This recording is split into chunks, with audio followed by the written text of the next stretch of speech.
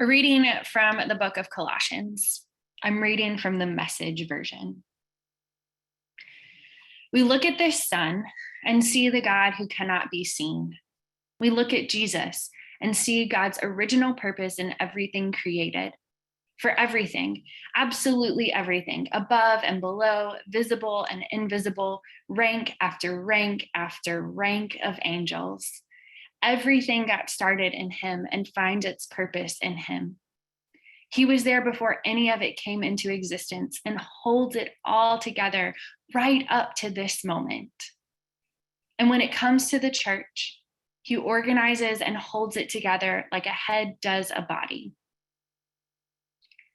Christ was supreme in the beginning, and leading the resurrection parade, he is supreme in the end. From beginning to end, he's there, towering far above everything, everyone. So spacious is he, so expansive that everything of God finds its proper place in him without crowding.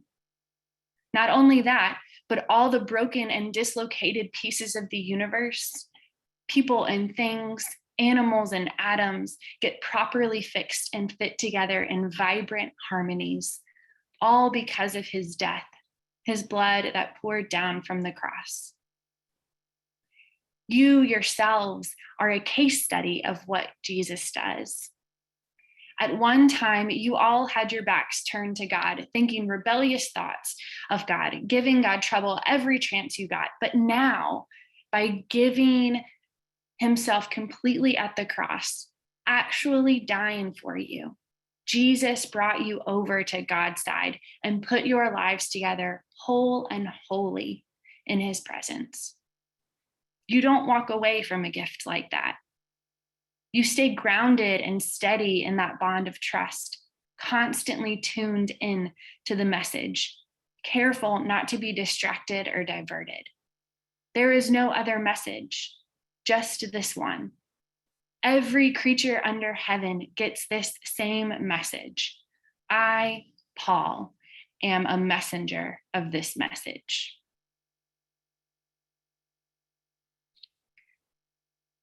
Summer before my last year of seminary in Atlanta, I traveled to Arica, Chile for my contextual ministry placement. I worked as a young adult minister at the Third Baptist Church of Arica called Nueva Esperanza.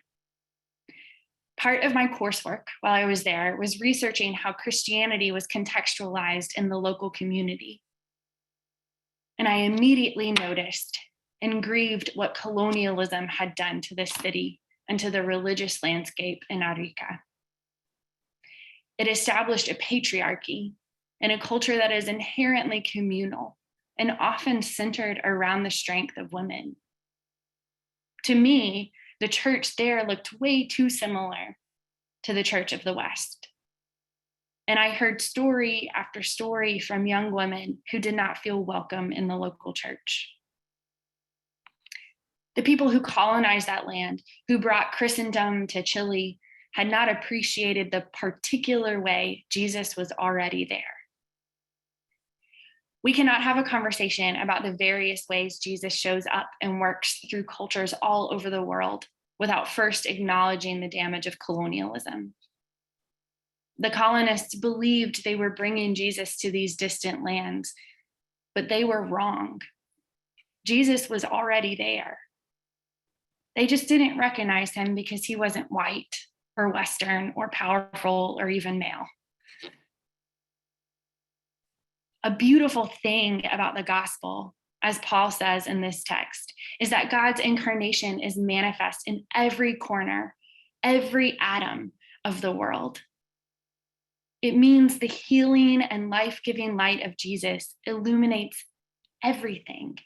It holds everything together, from executives to midwives, to emotional support animals, to the tiniest creature in the deepest part of the ocean we don't even know exists yet.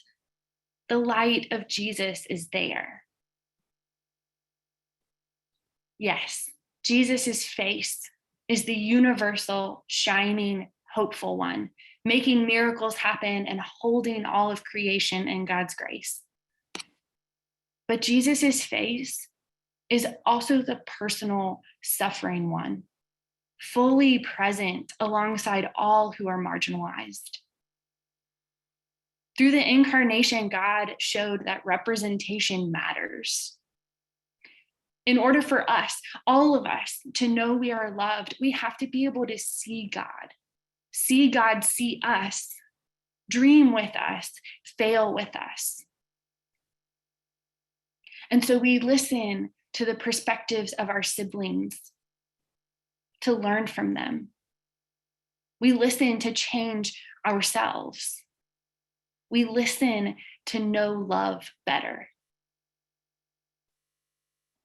After I had been in Chile for a few weeks, I was finally overwhelmed by the truth that God is God in both Arica and Atlanta. It sounds simple, but it was overwhelming. Because by grace, God is just that big and more. We are grateful to Olga, Michael, Kate, and Achi for leading us this morning. Between their stories of witness, we will practice Visio Divina, which is a visual version of Lectio Divina. We'll gaze at a portrayal of the face of Jesus. There'll be beautiful music by Carrie, Wilma, Ari, and Troy that says, "Where charity and love are, there God is." And while that music plays, there will be an image on your screen, a painting by an Argentinian artist and activist named Adolfo Perez Esquivel. Gaze at that image and consider what it is saying to you. May we, through the stories of our family today, be overwhelmed by the universality of our Christ and freed by the specific, local, incarnated grace of Jesus.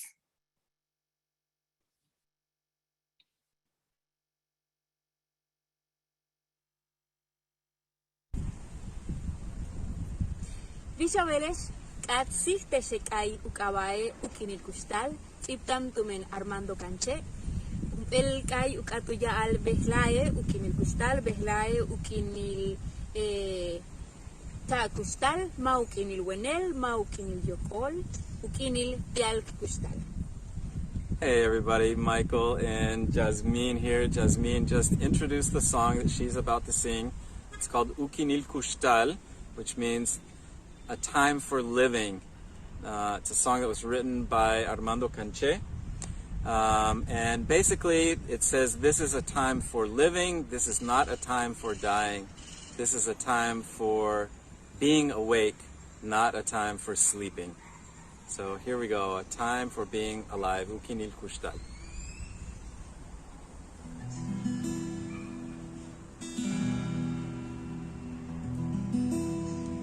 Waga ahal behlay, malu sawal, li isawit, tujumukin.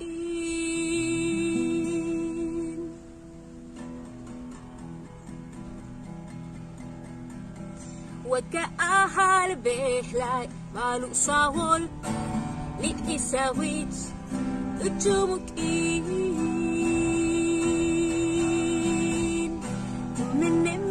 Wohle wasabahe kushanitwa wayokolka ukiriha hal ukiriha klik ukiriha Kuxtal ma yalgimil ukiriha hal ukiriha klik ukiriha Kuxtal ma yalgimil. وكأهل بهلال مالو ساول لإساوي تجمكين من ما وقلي وسامالي كشانتوا ويقلك أكيريها هال أكيريها كليك أكيريها Kuxtal ما يالجميل أكيريها Kuxtal maqalgimin Waga ahal behlay Malu sawol Li isawi Ujumukin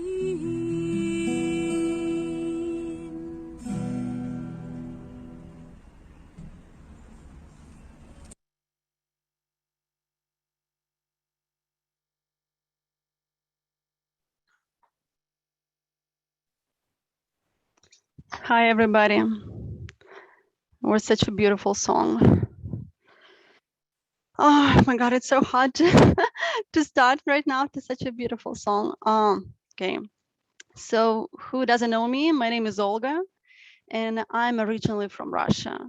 So today I will share with you the Russian image of God.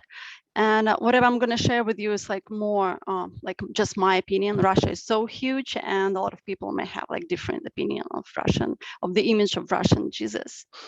What I see, there are two different images of Jesus in Russia. One is more traditional, that Jesus is a powerful God, a harsh judge.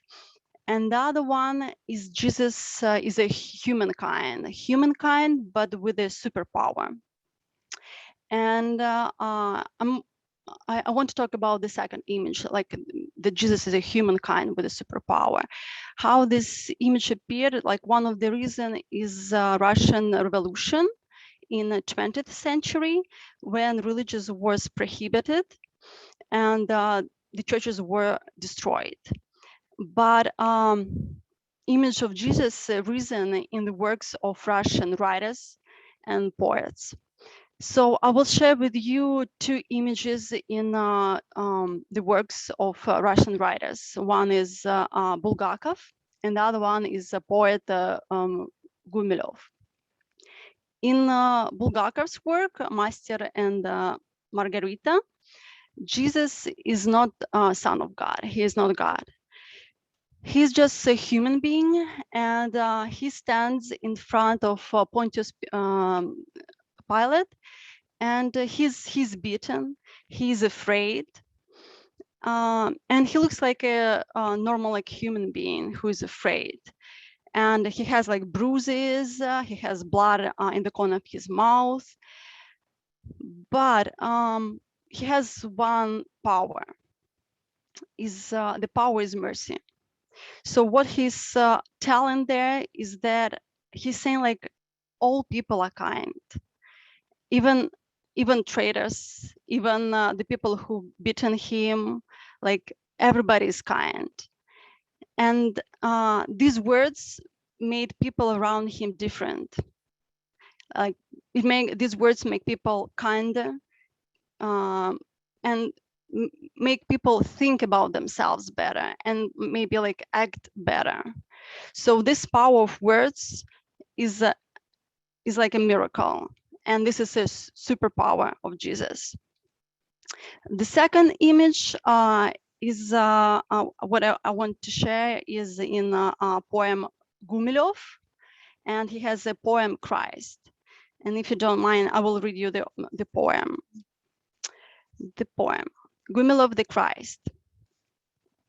He walks the pearly path through the coastal gardens. People are busy with unnecessary. People are busy with the earthly. Hello, shepherd, fisherman, hi. I call you forever to watch over another flock and other saints. Better whether a fish or a sheep, human soul. You heavenly merchants, don't count the prophets. After all, not a house in Galilee. You are rewarded for your efforts. Bright paradise, which is pinker, the pinkest star. The sun is getting closer to the prince. The breath of the end is heard, but the son will be glad in the house of the gentle father. Does not torment the choice. What is more captivating than miracles? And go the shepherd and fisherman behind the heaven seeker. What I like in this poem is that God is called gentle father, and Jesus the heaven seeker. So Jesus here is a wanderer who, like most of us, is seeking for the truth. So he's in front of the heavenly merchants, but he's seeking the truth. And I think like these two images I mentioned, they're different, but they can coexist. And because there are so many different images of Jesus, because image of Jesus is so like enormous and deep that it's for me personally, it's hard to comprehend the whole image of Jesus. And each image of Jesus is like a puzzle of the big picture. And I think it's so great to just take a time and to enjoy each puzzle, each image separately, and admire each puzzle. So this is what I wanted to share with you today. Hope you liked it, and like hope it was interesting to hear about Russian image of Jesus.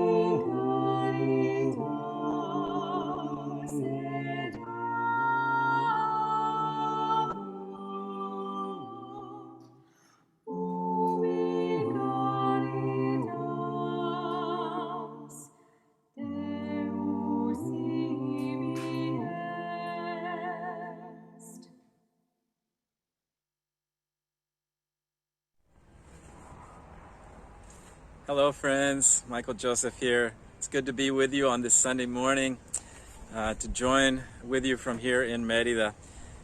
Yazmín and I, you've already heard her song. We forgot to tell you she was singing in her mother tongue, in her Yucatec Mayan language. She's a native Yucatec Mayan speaker, also speaks Spanish and English, but she wanted to share that song with you in her native Yucatec Mayan language, Kuxtal. And when Tiffany asked me to share with you all something about understanding Jesus in this context, I was happy to try to think of something to share. And I had kind of two thoughts came to mind. And the first thought was about context and about where I am now. And I want to share with you exactly where I am because I wanted to come to this place to talk with you. I'm in a little park. And this is also where we recorded the song, just a few blocks from my house, Yazmín and I's house. And it's a kind of a small park, not a famous park in any way here in Mérida, just kind of a neighborhood park. But in the middle of the park where I am standing, and you may be able to see here sort of this flat area and this stone structure to my right, and a little bit of a stone structure there to my left. This is a pelota field or court where the Central American, Mexican indigenous game of pelota, or the ball game, was played. Pelota, it's believed and understood to have been of ritual importance, a place of ritual. The game itself was a ritual that carried political, spiritual, economic, as well as athletic importance and meaning. So all that to say, this is sort of a forgotten park, but this place I recognize as a holy place, as a place of ritual and of spirit for at least the ancient Mayan people, for Yazmín's ancestors. So this is where I wanted to share with you this morning. I thought of two things initially. The first one was about place, was about being amongst the Mayan people, one of the First Nation peoples of this region of the Americas. Because for me, understanding Christianity in a decolonial light, understanding Jesus as a Jesus who resisted the colonial powers, the empire, the Roman Empire of his time, as part of the oppressed Jewish Palestinian population, is now central to my understanding of the gospel. I can't be a Christian and not be decolonial anymore. It's awoken to me the fact that my whole life, having been born in Tennessee, I was born on stolen Cherokee land. My family moved to Brazil, and we moved on to stolen indigenous land from the First Nations of Brazil. And now I'm here in Mexico on stolen Mayan lands. So what does it mean to walk with people who have been oppressed?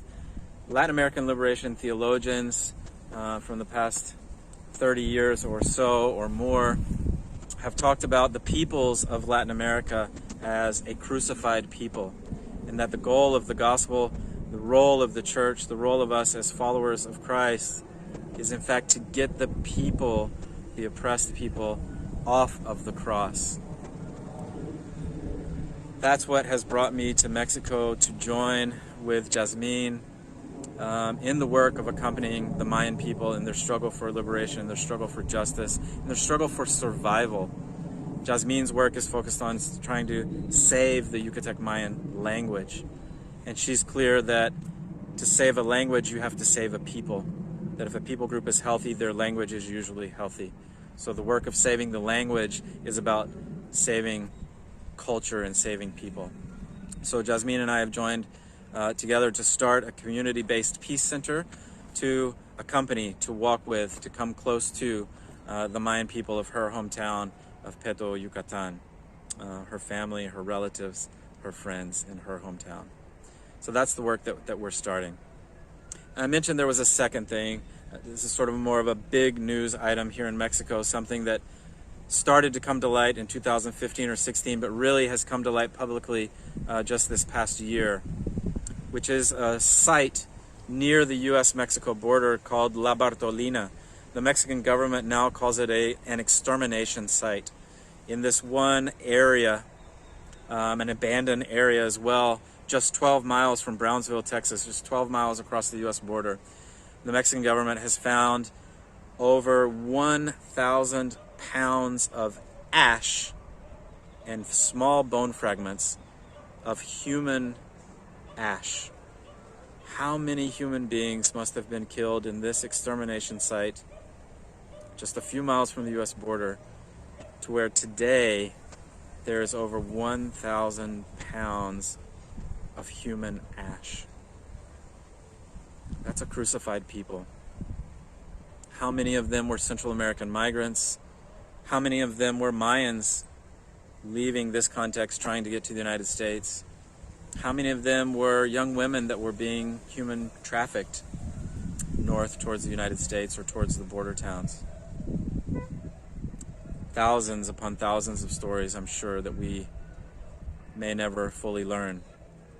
But for me, certainly this year, Ash Wednesday, Maundy, Thursday, we'll go through that 1,000-pound heap of human ash, because I think that's where Jesus is in some ways. That's where resurrection, if it is to happen, if Easter is to come, it will go through places like the land of the Mayan people, like the La Bartolina extermination site. And I think of Ezekiel 37 and the Valley of Dry Bones, when the prophet Ezekiel prophesied that the oppressed Jewish people would one day be given new life. And here we are today, following Jesus, seeking new life, seeking liberation, seeking justice for all the oppressed people of the world in Mexico and in New York City and Hell's Kitchen as followers of Jesus Christ. That's what I have to share with you today. I love you all. God bless you. Thank you for letting me join with you today and share with you some of these words. Hopefully some of you will come visit us and see what we're up to down here. We hope to see you soon in New York as well. Take care. Blessings. Bye-bye. Ubi Caritas. et amor,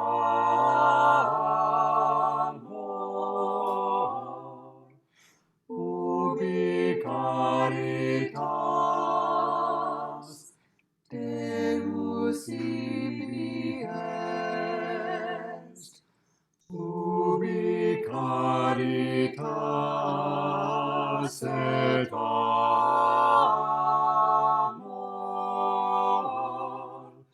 ubi caritas Deus ibi est, ubi caritas et amor,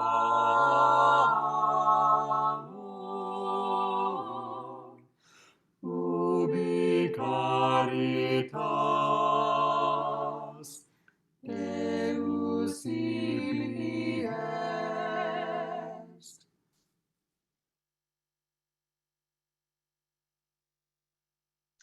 Good morning, church. My name is Kate, and this morning I want to talk to you about Marian apparitions. Marian apparitions are fascinating to me. I am not Catholic, and I'm not really a mystic, but I find there is much to learn from these traditions about the face of Christ.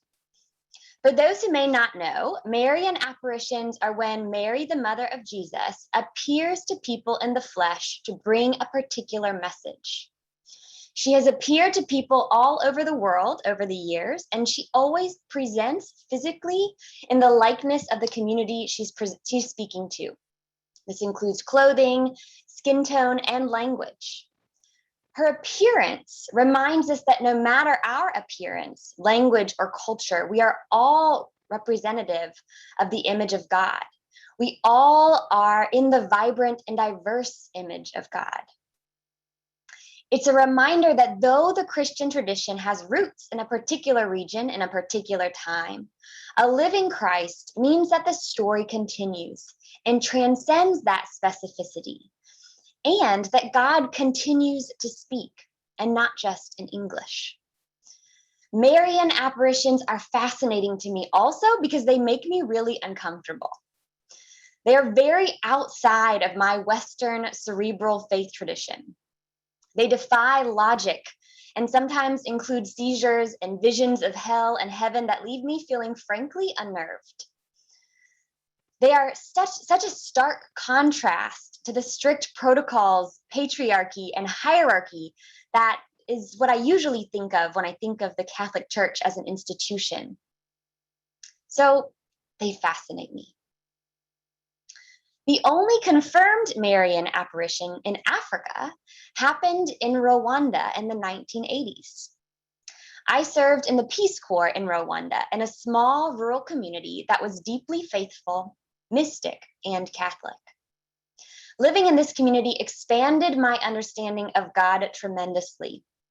Hearing stories that I knew so well, told in a different language, and through a different cultural and historical lens, shed new light on the lessons they hold and what they teach us about God's heart. Hearing Rwandans articulate their faith did much for my own faith and widened my view of the gospel. One story I encountered while living in Rwanda that expanded my view of the face of God is the story of Our Lady of Kibeho, when Mary appeared to Rwandan schoolgirls to share God's word. Our Lady of Kibeho appeared to 3 Rwandan teenage girls over the course of several years, introducing herself as the mother of the word. Mary shared many things with these young women, including an encouragement to pray and to share the gospel. But she also gave them a new prayer. And this particular prayer was a prayer of sorrow. The story of Our Lady of Kibeho is powerful to me for many reasons. First, it reminds us that God continues to bring new revelations, new truths, and new prayers. God's word is not only in the Bible. We encounter God's word in many ways from many places. God's favorite way to communicate with people has always been through the least of these. young girls in Rwanda were certainly not the picture of power in the region or the world. Yet history has shown us that God almost always chooses to speak to such as these. Secondly, God's message through Mary being one of sorrow feels significant. Many have found her words prophetic because of what we know came just a decade later in Rwanda. But even now, her message of sorrow feels so relevant for the time we're in, which so often feels overwhelmingly full of heartache and injustice. Rwandans hold the tension of sorrow and peace and a good God in a way that is very hard for me. Though it is really hard, I know for sure I want to follow a God that feels sorrow, to follow a Christ that wept when his friend died, to worship a God who is not indifferent to human hurt and crisis. Many of you know that I work for the IRC, which responds to crisis around the world and resettles refugees in the US. The organization has been working in Afghanistan for over 30 years now.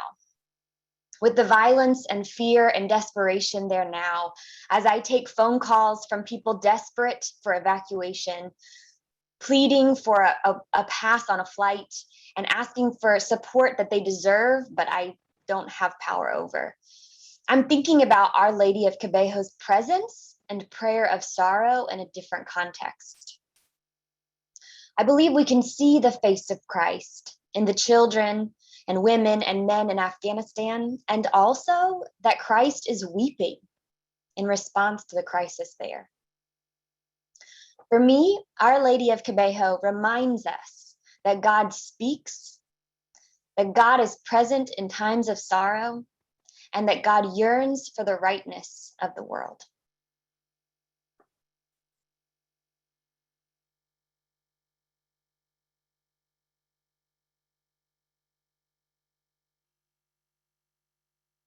Ubi Caritas et Achi. Ubi Caritas et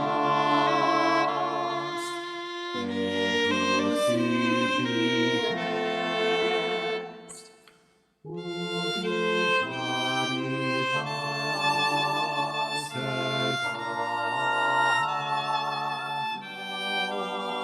et Ubi Caritas eius ibi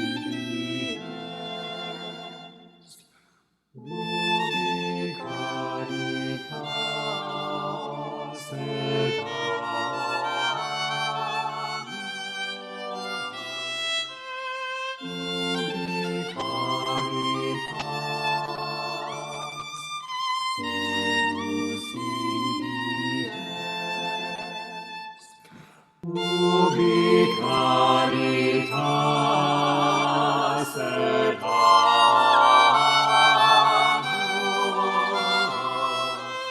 Ubi Caritas eius ibi est.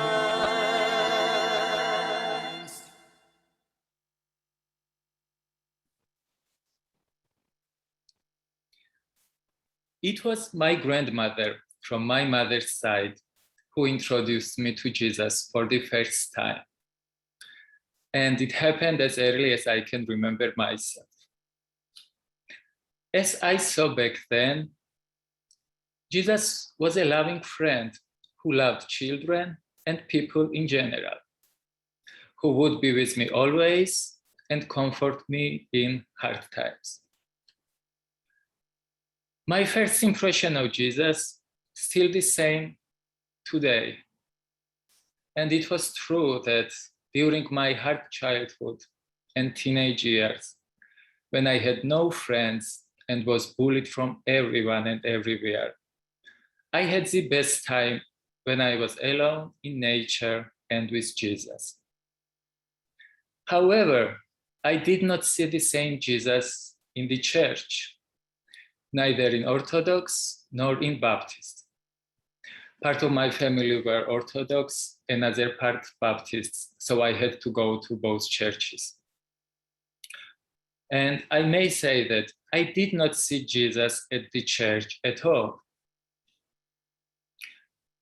except iconography and of course the music. The music was the only thing I loved about going to the church. And Jesus is in music for sure. But the church was mostly about a scary God. I think Christ and even Christianity is not very popular in Georgia, a country where more than 85% of the population is Christian. When you say you are a Christian, they think you are a member of some kind of sect, because only right way to be is being Georgian Orthodox. Many believe that Christ himself was Georgian Orthodox. Maybe the spirit of Jesus is missing from the church, but there are many icons of him, some of them dating back to centuries, and some of them new. And I'll try to share a few of them with you. I just want to add that whatever I'm saying is from my personal experience, and I have not done a research. To me, it also looks like that Georgian Orthodox Church was more open and inclusive in the Middle Ages than it is today. But Georgian Baptist Church has changed a lot past 30 years, and now there's a place for everyone.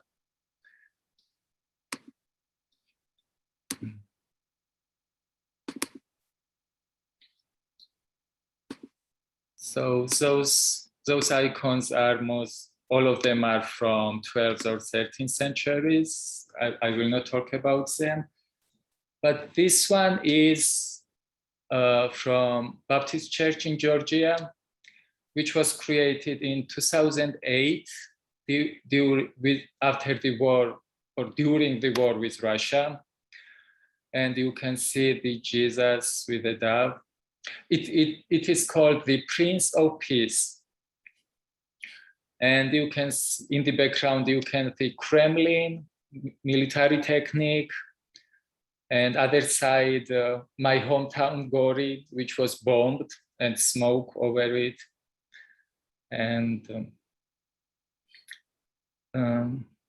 I love, maybe, to be honest, maybe I might not be crazy about the painting, but I love the idea, and this is one of my favorite, and especially today, and very often, very, very relevant today to Jesus as a Prince of Peace.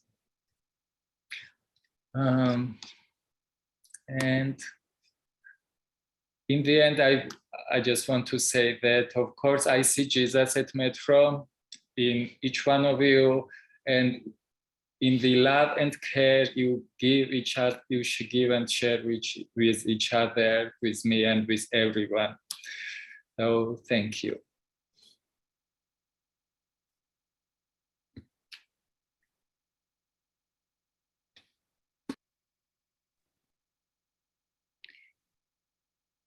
For the gifts of these our siblings and the witness they have shared with us, and for the continued revelation of Jesus, thanks be to God.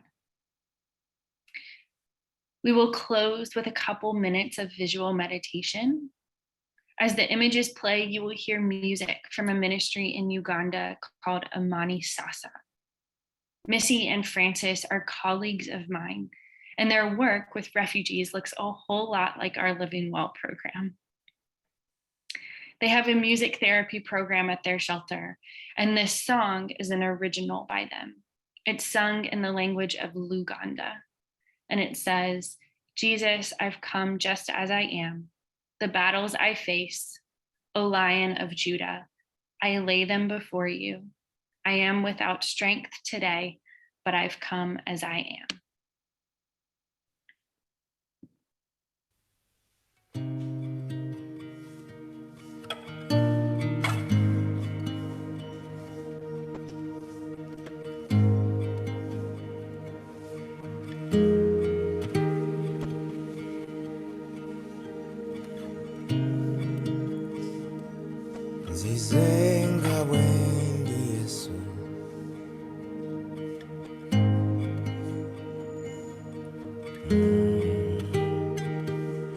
Sirina manirero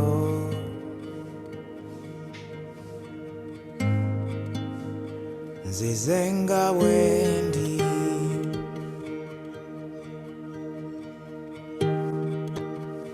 Entalo zenwana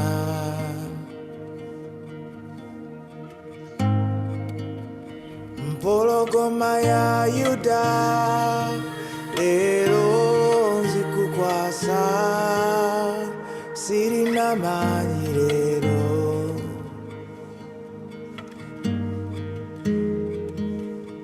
Zizenga bwendi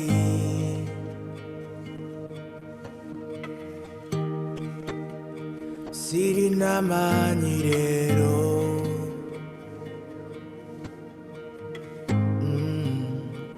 Zizenga wendi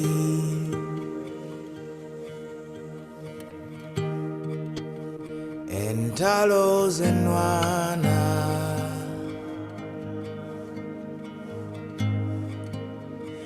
Pologoma ya Yuda Lero nzikukwasa Sirina manyirero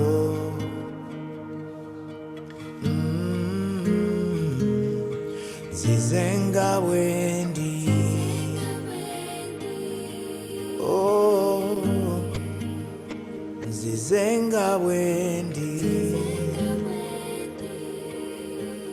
Chitange Zizenga wendi